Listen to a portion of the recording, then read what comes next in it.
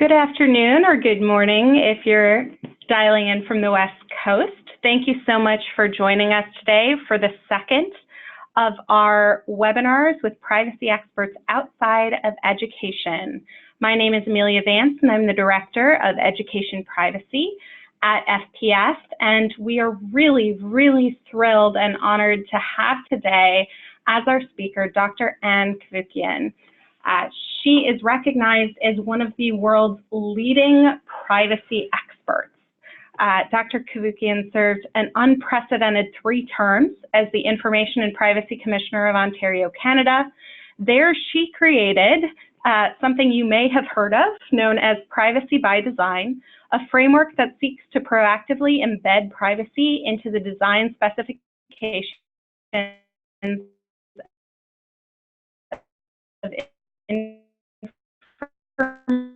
information technologies, net practices as possible. 10 international regulators unanimously passed a resolution recognizing privacy by design as an international standard.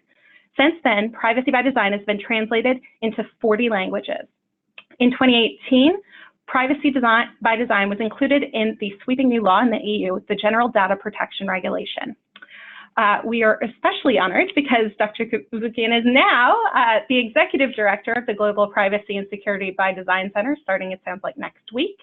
She is also a Senior Fellow of the Ted Rogers Leadership Center at Ryerson University and a Faculty Fellow of the Center for Law, Science, and Innovation at the Sandra Day O'Connor College of Law at Arizona State University.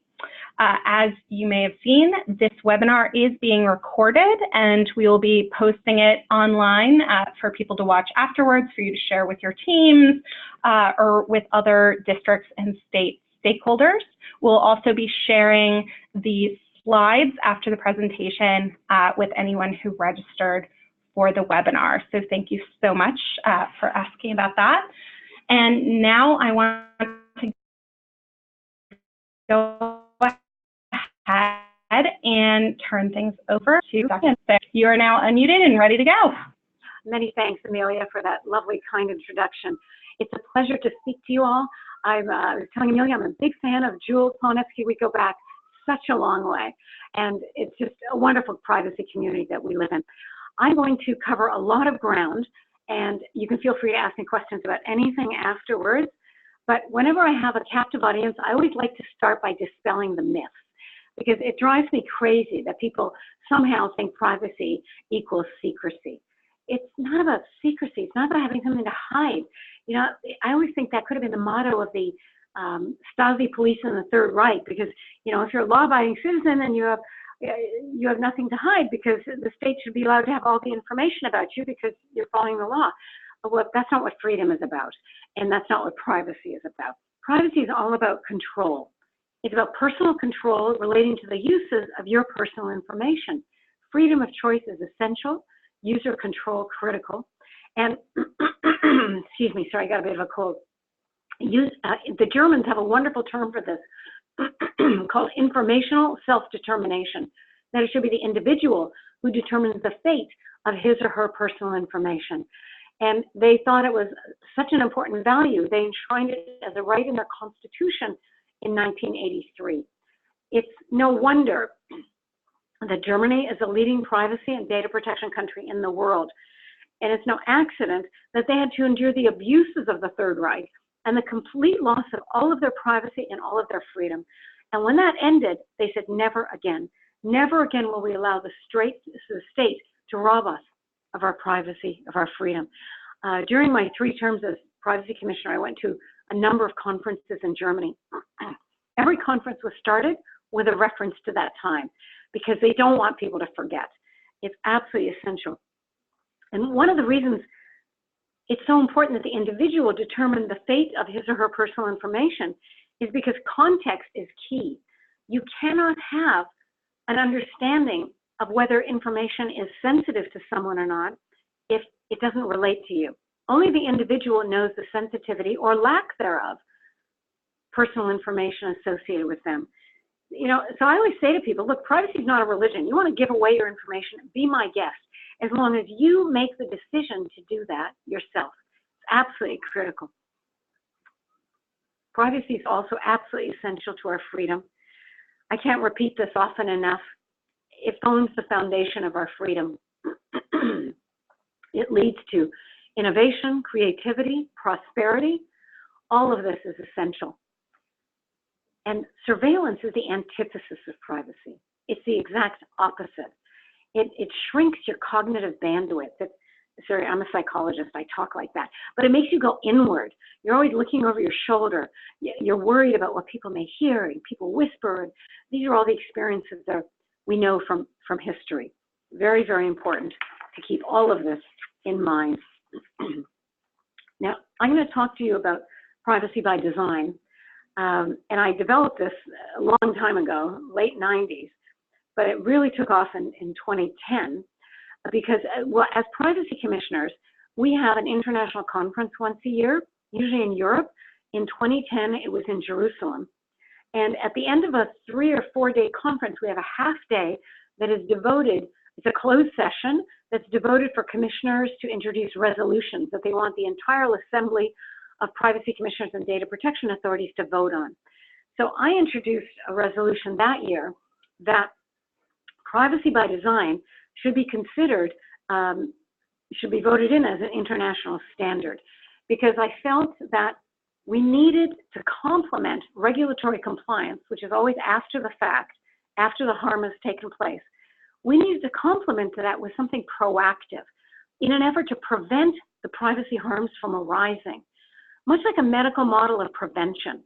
I mean, you would never, go to your doctor and he says, yeah, you've got some cancer, we'll see how it develops, and if it gets worse, we'll offer you chemo. I mean, what an unthinkable proposition. I wanted it to be equally unthinkable that you would allow privacy harms to fester and develop. Why don't we just try to prevent them from arising by embedding much needed privacy protective measures into the design of our operations? Bake it into the code, bake it into the data architecture, into our operations. And so I introduced this as a resolution, and to my amazement and delight, it was unanimously passed.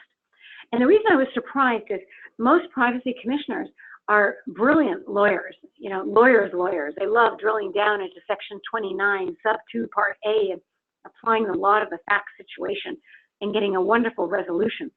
That is invaluable, but it just wasn't enough. And when I started talking to my fellow commissioners afterwards to thank them, I understood why they all voted in favor of it, for the same reason that I wanted to bring this about. Because in this day and age of ubiquitous computing, massive online connectivity, social media abounding, we were only seeing the tip of the iceberg as privacy commissioners. The majority of the privacy harms and breaches were remaining unknown, unchallenged, unregulated. And that was unacceptable to all of us. So we decided that regulatory compliance in and of itself was no longer sustainable as the sole model for ensuring the future of privacy, and that we needed to complement that with proactive measures like privacy by design to prevent the harms from arising. And we've had great success with this. It's been translated into 40 languages. And when I was commissioner, not a day would go by when I wouldn't hear from some jurisdiction as to what they were doing relating to privacy by design and how they were implementing it. It was a very, very exciting time. So the two essentials to privacy by design, as I mentioned, you have to proactively embed much needed protections into the design of your operations, bake it into the code in an effort to prevent the harms from arising. The second essential is you have to get rid of zero-sum models. I cannot tell you how much damage arises from zero-sum, by which I mean zero-sum means you can only have a positive gain in one area, security, which is matched by a negative loss in another area, privacy, so that the two total to a sum of zero. It was never privacy that won over security, and nor am I suggesting that it should be, but I sure as hell wasn't going to have it lose out all the time.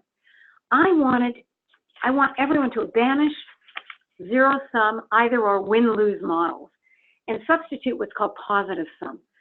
Two positive gains at the same time, a win-win model. When I was doing my graduate work at the University of Toronto, Anatole Rappaport who was the father of game theory, there. He's amazing. And I used to just fawn over him. He was so brilliant. And I always used to ask him, I said, Professor Rappaport, why do people embrace zero-sum models? Me, I'm the eternal optimist. Wouldn't you rather have two positive gains at the same time instead of win-lose? Why don't they want win-win? And he said, Anne, it's simple. He said, it's the lazy man's way out. It's much easier to do one versus another as opposed to one plus another. So I want you to get rid of this dated win-lose model, and I want you to substitute what's called positive sum, which just means you can create a win-win scenario. It's not either or, it's not win-lose, you can have both. And I tested this with so many technologists, data scientists, because I wanted to make sure they could do what I'm asking them in terms of baking it into the code. It had to be real. And everyone I spoke to said, you know, of course we can do this. You know, we're smart. They're confident. That's what you need. But they said, we're not the problem. They're the problem. Meaning the people who are asking them to write the programs, write the code. So after I talked to all these tech guys, I went and I started talking to businesses, CEOs, boards of directors. And I said, get rid of the silos that separate everything. Because what the tech people have told me is that you go to them with a request for a program, they write the code, they deliver it. And then at that point, you say to them, oh, can you bolt on a privacy, some kind of privacy solution? And they say, look, we'll do our best, but it's never going to be as good as if it was seamlessly integrated throughout the entire system. So when I talk to the CEOs and boards of directors, I say, get rid of this dated mindset. You got to get rid of the silos of legal over here and policy over here and tech over here and marketing over here. You've all got to talk to each other in conjunction and then go to tech when you're seeking programs to be developed so that it can all be done cohesively and you can embed privacy into the operations right from the outset. This is critical. I remember talking to Bruce Schneier, a brilliant cryptographer, dear colleague of mine, and he said, Anne, it's this zero-sum thing. It consists of false dichotomies and unnecessary trade-offs. You don't need it. It's as simple and as difficult as replacing versus with and. So that's what I want you all to keep in mind when you're thinking about, hopefully, privacy by design. Now, I'm just going to walk you through, there are 7 foundational principles to privacy by design, and they can be applied in a million different ways. I'm going to go through all of them. And I know that right now, in the education field, for example, there are a lot of security and privacy concerns that are ongoing. Ongoing battles within districts, both before and after students graduate, in terms of how can their student data from K to 12, how can that be safeguarded beyond graduation? A lot of people want to access this data, and it can be a nightmare afterwards. We can talk about it later in question period, but let me just walk you through the 7 foundational principles. I've talked a lot about being proactive and all the reasons why you want to prevent the harms from arising and save yourself a lot of hassle. That's not the least of it. Let me take a moment to talk about privacy as the default setting. This one is critical. This is the biggest game changer because instead of expecting customers or citizens to wade through all the terms of service, terms of reference, and all the private legalese and the privacy policy to find the opt-out box that says, do not use my information for any purpose other than the intended primary purpose of the data collection. Nobody does that. We know that. Life is short. It takes hours to do that, to do it properly and review all of this. But it doesn't mean that people don't care deeply about privacy. In the last 2-3 years, I have never seen public opinion polls like Pew Internet Research come in at the 90 percentile, 90% very concerned about their privacy, 92% very concerned about loss of control over their personal information. This is a game changer. I mean, I've been in this business well over 20 years. I've never seen concern for privacy so high. Privacy is the default. Throws that completely. It throws it on its head. It says, no, you don't have to search for the opt-out box to protect your privacy. We give you privacy automatically right from the outset. It's the default setting. We are only allowed to use your information for the primary purpose intended. That's why you gave it to us. You didn't give us the information to do whatever the heck we want with it. Privacy is the default. You get it automatically. We can only use your information for the primary purpose. And if down the road a secondary use arises that we might want to use your information for, we'll come back to you and seek your positive consent. I cannot tell you what a difference this makes. This builds trust like nothing else. And today, there's such a trust deficit. If you want to build a trusted business relationship, you embed privacy as the default setting. And if you do this, you shout it from the rooftops. I tell companies who do privacy by design, don't keep it to yourself. Shout it, lead by telling your customers the lengths you're going to protect their privacy and how much you respect them. This will build such trust. It will preserve the loyalty of the customers you have. It will attract new customers and new opportunities. And trust will grow dramatically. So that if you do need to go back to them to obtain consent for a secondary use, I've been told they always say yes. They always consent to secondary uses because trust has been built within that relationship. What they don't want you to do is disclose their information to third parties unknown. But within the trusted business relationship with your company, they're absolutely fine with it. This is the biggest game changer. Privacy embedded into design, speaks for itself. If it's seamlessly integrated into the code, into your operations and policies, then it's not going to be an afterthought. You don't have to forget about it. It's already present. I talked a lot about the value of positive sum as opposed to zero sum. When you build in full functionality, win-win, multiple gains, you're laughing. This will last much longer and you will gain a competitive advantage by doing this. Let me talk about security for a moment. While the term privacy subsumes a much broader set of protections than security alone, in this day and age of daily cybersecurity attacks and phishing expeditions, if you don't have strong security, a strong foundation of security with full lifecycle protection, you're not going to have any privacy. So make sure you build a very solid foundation of the security from the ground up. Visibility and transparency. This is so important. I mean, I tell everyone, governments and private sector companies, you may have custody and control over someone's data, but it doesn't belong to you. It belongs to the data subject. So for goodness sakes, give them access to their data. They have a right of access, it's their data.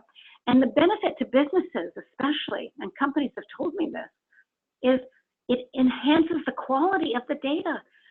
When you've got data on thousands of people, you don't know if it's correct or not. When people access their own data, they know if you have mistakes, if it's incorrect, and they'll correct it for you.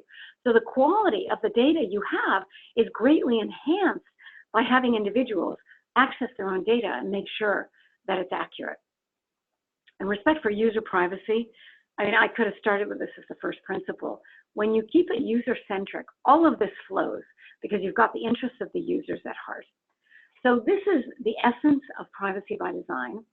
It's as difficult or as easy as this, depending on how you look at it.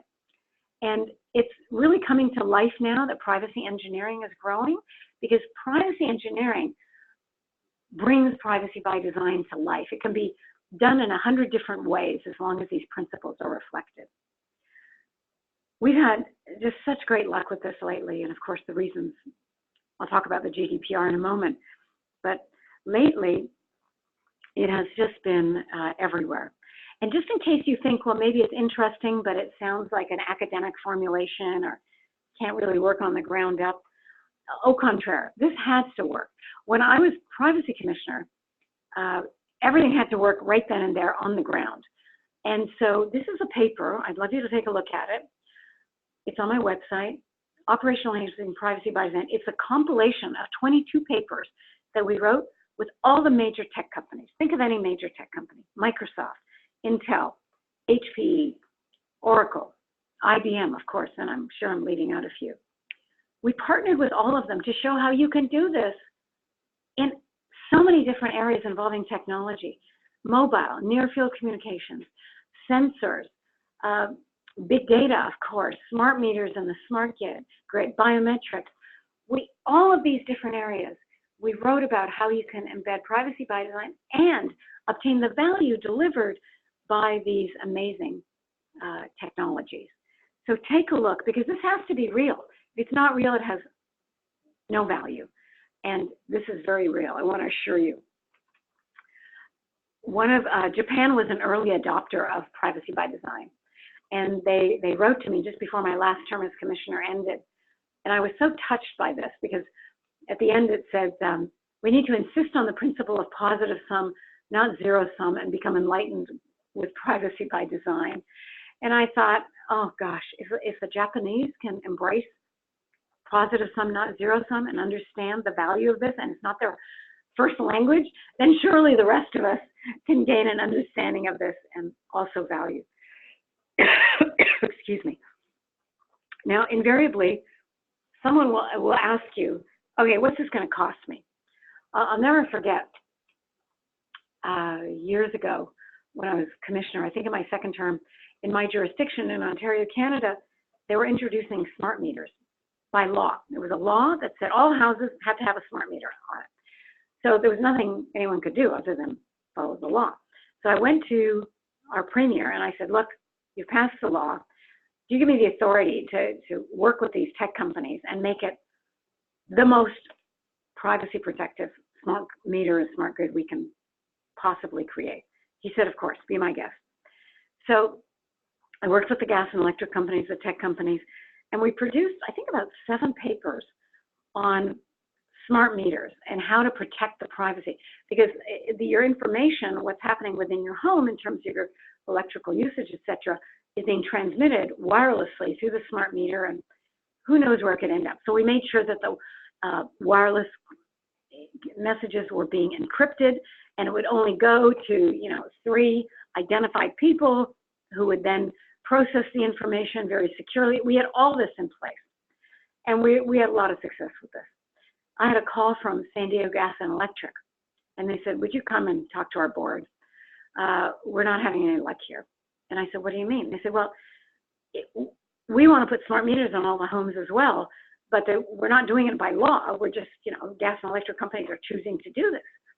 But we're having a lot of resistance by our customers. He gave me one example where they drove into a neighborhood, the trucks with the smart meters on, to install them onto the homes, and the residents of the streets drove their cars to block the trucks from entering onto their neighborhood, onto the street, because they were very concerned about it. They didn't like, first of all, they didn't understand them very well. They thought there were major privacy implications. They didn't want information being transmitted outside of their houses, all this stuff. So they said, would you come and talk to us? I said, of course. So I went, I spoke to their board extensively, and we had a very good session. And at the end, one of the board members, I think, said, all right, young lady, now tell me, at least he called me young lady. He said, now tell me, what's this going to cost me? And I said, well, sir, with due respect, you're asking the wrong question. You should be asking, what's this going to save me? Because I can assure you, if you don't do this, you're going to have data breaches and privacy infractions. And that's going to cost you a lot more than the upfront cost. Of course, there is a small cost to doing this proactively, but it is a fraction of the cost you will incur when you have a breach. They're no longer lawsuits, they're class action lawsuits. It costs a fortune. Think Equifax, think Target. There's so many breaches. But the damage to your brand, the damage to your reputation may be irreparable. The loss of consumer confidence and trust, you won't get it back.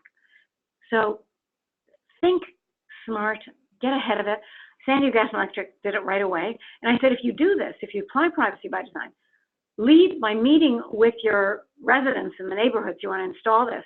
Explain to them what you're doing, why you're doing it, the lengths you're going to protect privacy, etc.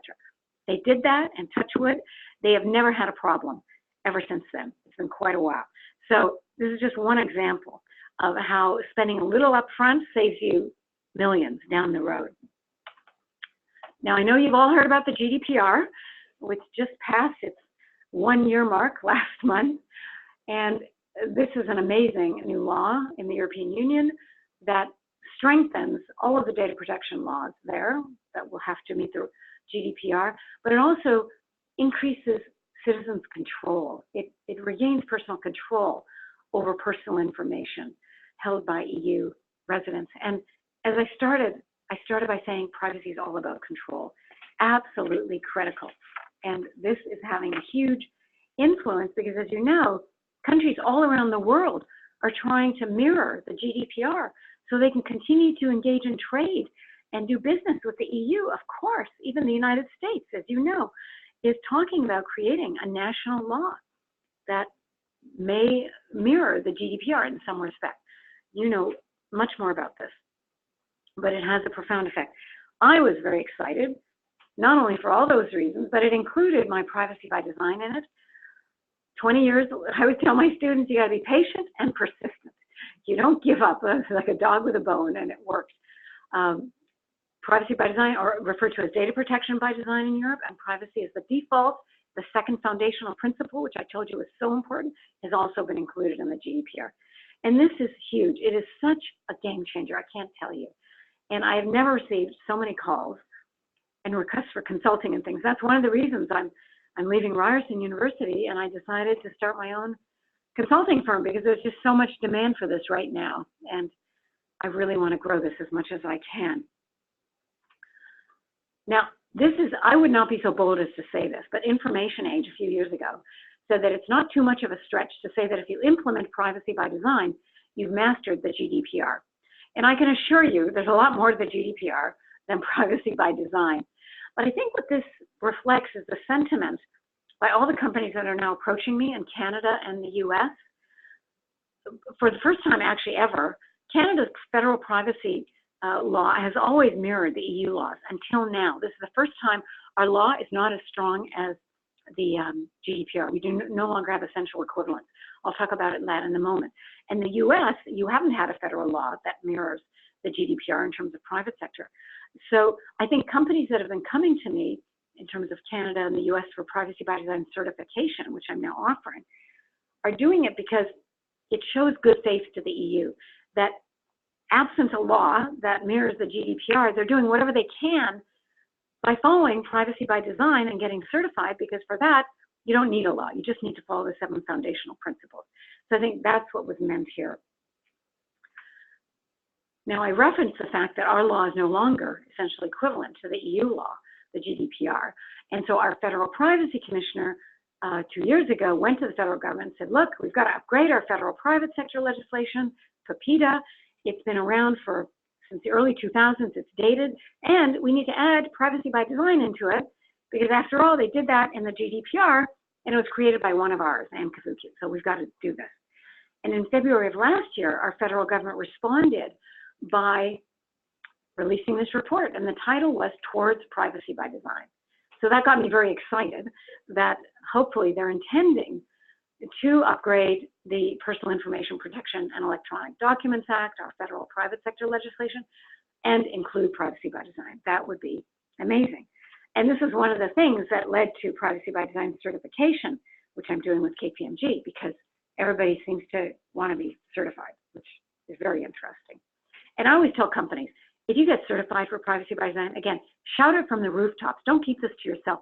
Tell your customers the lengths you're going to protect their privacy. Now I'm going to switch gears and just walk you through the business case for privacy.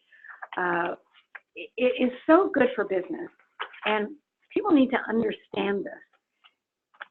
Even when I was privacy commissioner, I used to tell everyone in business, view privacy as a business issue, not just an issue of regulatory compliance, because you can turn privacy into a competitive advantage by transforming the way you do this, by getting proactive, by embedding privacy by design upfront into your operation. And there's been a lot happening in this area. You know, the CES show in Las Vegas once a year, it's huge. A few years ago, 4 years ago, first time ever, there was something called a privacy marketplace was created. And they said back then, look, privacy is a hot issue. Consumers are actually asking about privacy, and that's the takeaway. So we expect to capitalize on this market opportunity. They viewed it as an opportunity, and they expect larger privacy marketplaces next year, and for brands to incorporate privacy into their marketing. And you may think that's odd that marketers would be interested in privacy. Hold on to that thought. I'm going to get to that in a few minutes. But consumers increasingly are valuing privacy, and 75% said they wouldn't buy a product from a company, no matter how great it was, if they didn't trust the company to protect their data. This is really important. Also, we're showing that you can accelerate your sales, your investments, by evaluating a company's privacy practices as part of a firm's due diligence now. And when companies are storing customer data in the cloud, especially, it's really important. You want to make sure they're using secure enclaves, for example. Stuff is critical. And the business case for privacy is just so strong. It grows trust and loyalty like nothing else.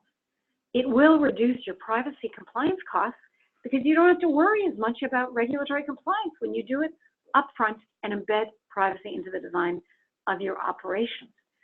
And it just gives you that comfort that the penalties associated with non-compliance are going to be far fewer because you're not going to have non-compliance in the same manner as you would have if you hadn't been proactive. As you know, there's that famous expression, trust takes years to build, seconds to destroy, and forever to repair. So true. And as I mentioned earlier, trust is at an all-time low now. There's such a trust deficit, and that's what has to change. I mentioned that Pew Research Internet Project earlier, and they found that 91% of adults agreed that consumers had lost control over their personal information, which is appalling. In Canada, the same year, 2014, our Federal Privacy Commissioner did a survey, and he found that 90% of Canadians expressed very strong concern about the protection of their privacy. You have access to these slides, of course. I'm going to go through them very quickly, but this is just to give you an idea of what's going on. And I love this work by Professor Joseph Turow at the University of New Hampshire. Very, very important. A large majority of web users aren't happy. And I loved, he calls it the online privacy law that's unraveling. And he said, 91% disagreed with the statement, if companies give me a discount, it's a fair exchange for them to collect information about me without my knowing it. No, it's not. That's what you have to understand, that people no longer accept that you can just take their information, do whatever you want with it, and not inform the data subjects how their information is being used. No, people are rejecting that. And I think it's really important to be alerted to all of this. I love this term, data hygiene. Forrester Research found that people are choosing to give their business to firms with good data hygiene that companies can trust. They're seeking out companies that will indeed protect privacy. And increasingly, one of the responses to this, Forrester is saying, is that companies should respond by stress testing their data operations, turning privacy policies into marketing opportunities. There's that word again, marketing. I bet you didn't think I was going to be talking about this. Well, I am, because there is so much we can do in this area. Believe it or not, every year, the Canadian Marketing Association, at their annual conference, they invite me to be the keynote speaker. And I always start by saying, I'm sure I'm the least popular speaker here that you're going to hear today. And fortunately, they laugh, as do I. But then they say, no, we know we have to address these issues. We have to build privacy into these points. And I was delighted a number of years ago, in Advertising Age, Jessica Kernan, she said, privacy by design is a starting point that leads to long-term benefits. I mean, I couldn't believe this. And then she went on and she said, by adopting a privacy by design mentality, we can actually transform ideas into best practices that have long-term benefits for both consumers and brands. See, that's the positive sum win-win mindset. Let's lead the way. When you start by saying yes to areas as diverse as marketing, you might think all privacy people hate marketers. No, that's not true. You just want to be able to have a voice. I always say privacy is not anti-marketing, it's pro-choice. You want to have a voice and you want a say in how things are taking place. And she went on with making these great points. I just had to make a slide of it. You know, integrate data planning as an upstream design discipline and go from the fine print to much more transparent disclosure strategies that people can easily access and understand, and make privacy a positive part of the brand experience. I love that one especially because, you see, whenever I talk to companies, usually I go in and they're these sort of negative kind of faces, and they think privacy stifles their business interests and stifles creativity. And I go in and I say, give me 20 minutes, and I'm going to show you that privacy breeds creativity, innovation, and prosperity. You want to facilitate blue sky, wild ideas thinking. You need to have privacy for that, and you'll watch the rest flow. And I'm not going to go through these, but I had to give you this in one of the talks I gave to the Canadian Marketing Association. Someone actually wrote this as 10 takeaways from my talk. So I thought this was so cool. So this is just for your information if you ever want to use this later on. It made me very happy.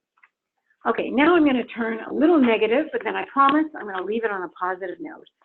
But we have to understand the realities of surveillance, which are unquestionably growing.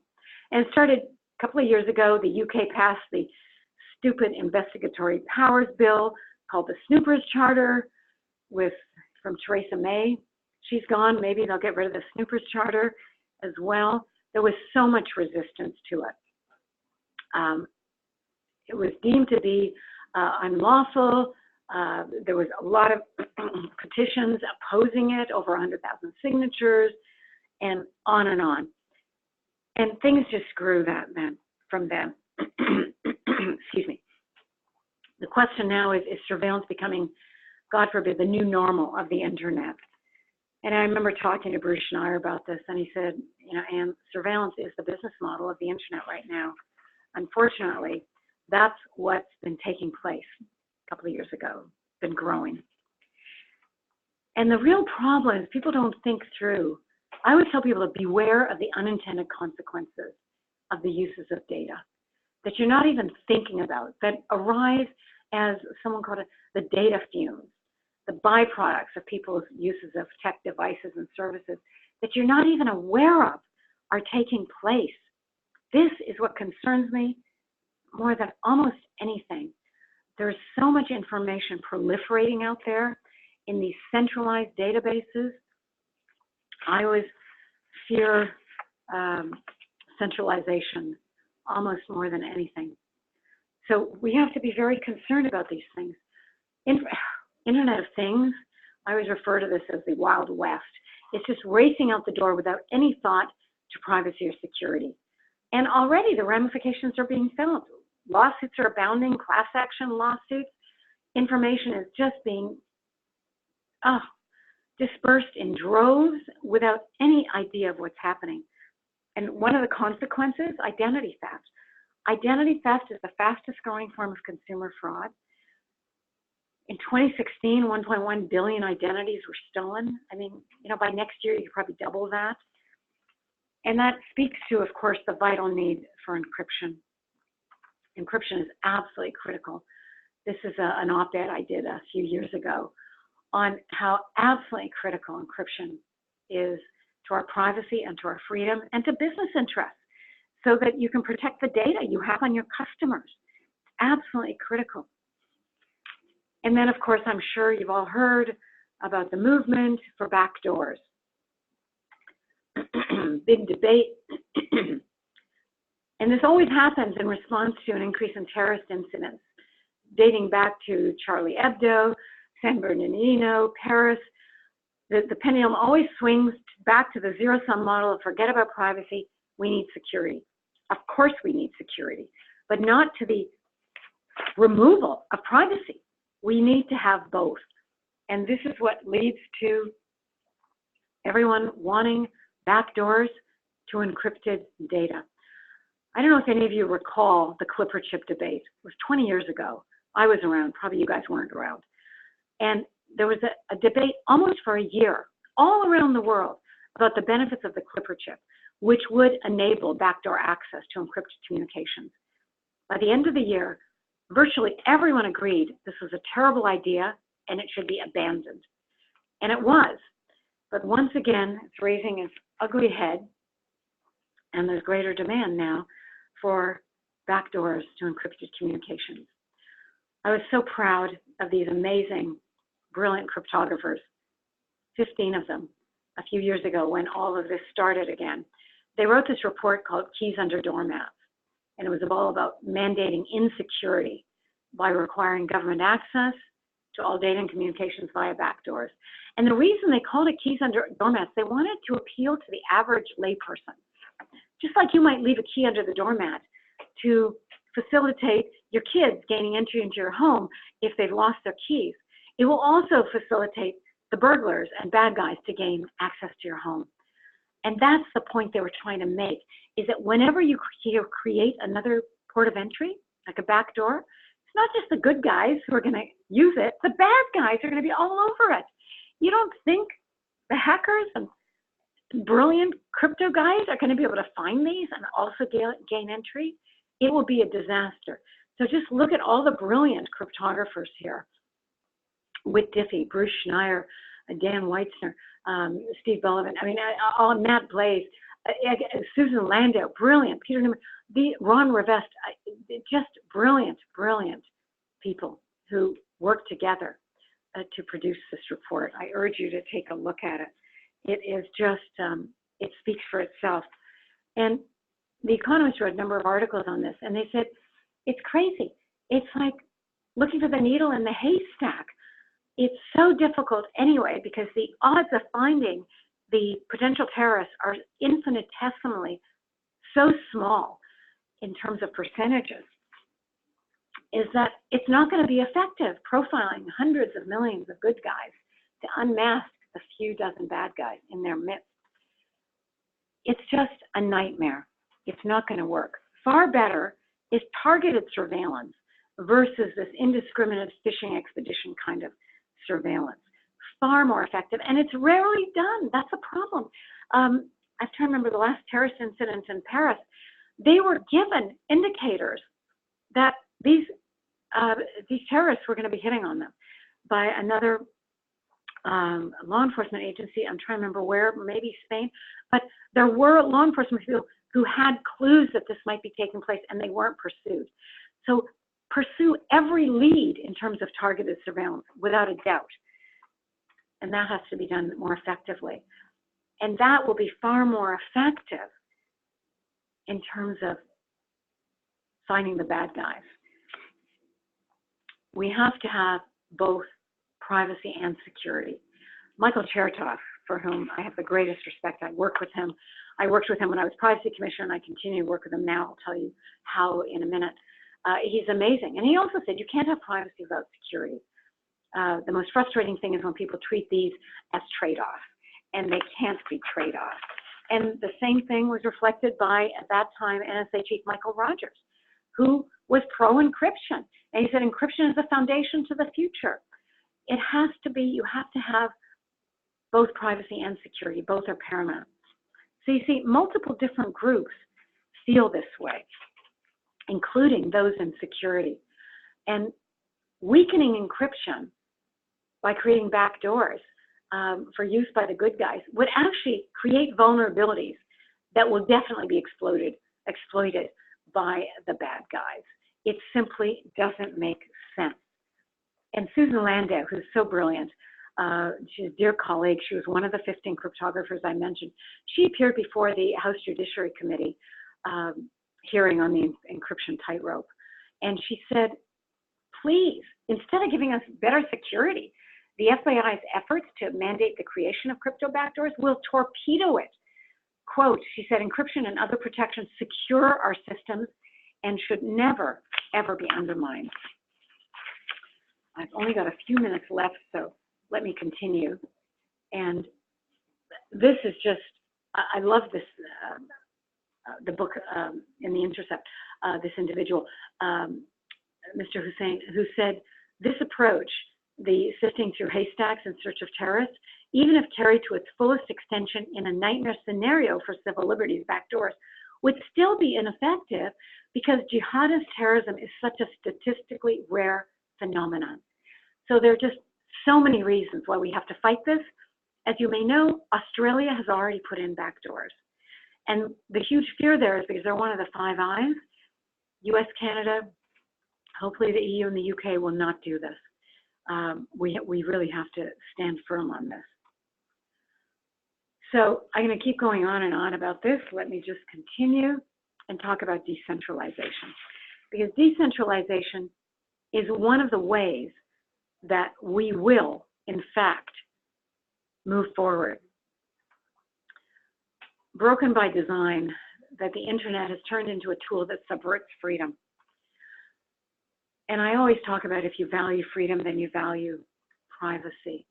The reason I refer to the curse of centralization is because it's a centralized honeypot of personal information collected by the Googles and the Facebooks. They retain all of this massive amount of personal data on all of us, and they can do whatever they want with it, and they do. As you can see, the stories about Facebook are coming out, all the stuff that Google is doing with your information, a lot of it being disclosed to third parties without your consent or nothing. These are the huge problems. And last year, Tim Berners-Lee, who I have the greatest respect for, went public, created the World Wide Web, and he said, I was devastated. He was devastated with the centralized model of data collection that the World Wide Web has turned into, which has led to massive tracking and surveillance. And he never intended for that.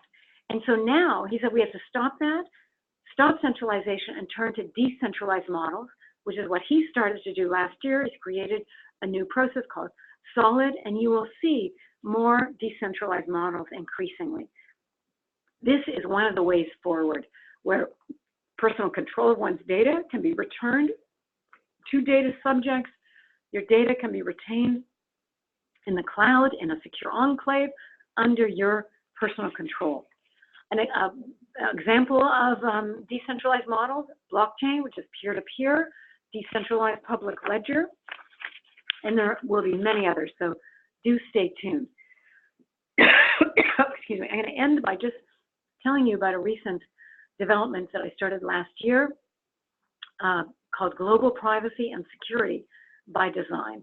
It's an international organization I created, a council, to show how you can have privacy and security embedded in design, that this is absolutely key, that you must have both. So this one is a not-for-profit. We raised research dollars for organizations who want to do research to show how you can do both privacy and security by design. And I was delighted. My founding members are amazing. Darren Entwistle is the CEO of TELUS, which is one of our major telcos here in Canada. He said yes right away when I asked him. Michael Chertoff, who needs no introduction to you, Second Secretary of Homeland Security, he said, of course, we must have both privacy and security. JIPDEC, Director of EU Counterterrorism, he said yes right away when I went to him. That is the beauty of this. People who understand security, understand privacy, both value freedom. Greg Wolfon, CEO of SecureKey, a major security company that has embedded privacy by design into their operations. And Joseph Samitian, supervisor of Santa Clara County in California, and he was the chair of the California State Senate Select Committee on Privacy. All of these people have said yes right away. And I think that's the most important thing. If you have any interest, please go to our gpsbydesign.org website and please join. If you have any interest in privacy and security, there's no charge for joining us. But if you join, then you will receive future newsletters and information that we will be posting on the value of privacy and security, privacy and data utility. Excuse me. And I offer an online course as well if you have any interest on the Privacy by Design framework. And I'm going to end, ladies and gentlemen, by just urging you always to be proactive. Think of privacy and security up front to avoid the data breaches and the privacy harms. When you focus on prevention, much like a medical model of prevention, it's not only easier and more cost-effective, it reflects the most ethical treatment of personal data up front under the control of the data subjects, the individuals to whom the data relate. And the zero-sum thinking, you know what I think about that, so toss it out the window. And one of my dear colleagues, Kai Rannenberg in Germany, he always used to say, well, if people are smart, they'll lead with privacy by design. But for the most part, they'll probably get privacy by chance, or far worse, privacy by disaster, which means the regulator will be coming knocking at your door. And that will be the worst possible scenario. So if you have any questions, we're going to take questions now, but you can also email them to me. And you can also, I don't know if you follow Twitter, but every morning between 5:30 and 6 a.m., I tweet the latest stories of the day, many of which come from Europe. So you can, if you feel like following me on Twitter, you'll see what's going on. And I am open to any questions you may have now. Thank you very much. Thank you so much. That was fantastic. We have some questions from the queue. So first of all, there have been some critiques that control is illusory and therefore shouldn't be sort of the end-all be-all of privacy by design. What do you say about that perspective? You know, I've heard that recently, and I'm not going to suggest that control is 100%, but I think it's illusory to suggest that we shouldn't make the effort to have information under our control. And we can do this. See, privacy, in my heart, is all about control over the uses of your information for the reasons I outlined earlier, that others don't know. How are you going to, who's going to decide how the information should be used? You're going to leave that up to the government? Please. I was privacy commissioner for like 17 years. I have seen all political parties becoming the government, and they're all in favor of privacy until they become the government, and then they take control and everything changes. No, I'm sorry. We need a healthy skepticism, and we always need to look under the hood. I don't want government to make those decisions. I also don't want the private sector to make those decisions. They may make some of the decisions, but I do not want to put them in charge of all this. We all have to play a part, there's no question, but I believe personal control has to reside with the data subject. I'm going to give you one example. In 2004, here in Ontario, Canada, we started at that time it was a new bill called PHIPA, the Personal Health Information Protection Act. It's a fabulous bill that eventually became the law, but as commissioner, I did what I always do when there's a wonderful new bill. I went around telling stakeholders how great this bill was and should be enacted into law. And I was surprised that a lot of people, I wasn't getting a positive reaction from the audiences, which I usually do get. These were audiences of physicians, hospital administrators, doctors, etc., nurses. And after my second or third talk, I stopped midway and I said, I'm going to stop now. I can see I'm not getting through you. And this is far too important an area for me not to really convey the importance of this area. Please, I'm going to stop. Tell me what I'm doing wrong. I need to correct myself. And one young, brave soul stood up, and it was a young doctor, and he said, look, you're probably a good privacy commissioner, but you don't know what it means to be a patient. You don't know what patients go through. And I got it. It was that zero-sum thing, privacy versus the interests of patients. And I did what nobody else could do. I said to him, are you kidding me? You think I don't know what it means to be a patient? Do you know how many neurosurgeries I've had? 5. You know how many times I've been rushed to the hospital to emergency, my head's exploding, and even I'm not thinking about privacy? And the poor guy's jaw dropped. But I thanked him profusely. Oh, and by the way, I'm fine. We have great doctors. But the point I was trying to make was, I am here as much as a patient as a privacy commissioner. What if I can give you the strongest protection of your data for patients' health information and also wrap a cloak of privacy around that? What if I can give you both? It changed everything. The dialogue changed immediately. They started viewing me as a patient.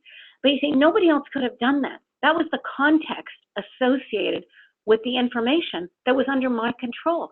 And I chose to reveal that information. So long way of saying, I think control has to reside with the data subject. I'm not suggesting it's 100% or that that we shouldn't have other protections. Of course we need to have other protections involved, but don't get rid of the control. Great, thank you. So another question, technology has been developing rapidly and may not always incorporate privacy by design. Does privacy by design have to happen in development only?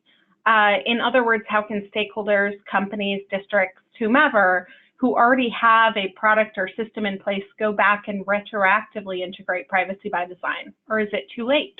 It's never too late, and that's a great question. So I work with a lot of companies who are, up and running.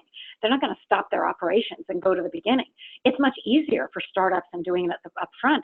But any time that you decide to do this, you can put your foot on the brake and say, okay, how are we doing stuff now? So examine what you're doing and how can we change it on a go-forward basis in terms of embedding privacy into the design of our operations from this day forward. And there are so many things you can do. It doesn't matter that you've got data out there. Data has a half-life. I'm not worried about that. We can also take protections to protect data from the past, but on a go-forward basis, at least, start following privacy by design, embed it into your code, meet with your tech people, and see how can I bake this into the data architecture. You can always do it. It's never, ever too late, and I'd be happy to help you. Great. So I love that you talked about surveillance. School safety technologies have been a big issue recently in education, such as adding facial recognition, sharing more data with law enforcement, or increasing network or social media monitoring to detect threats. How can schools or the companies creating these technologies incorporate privacy by design?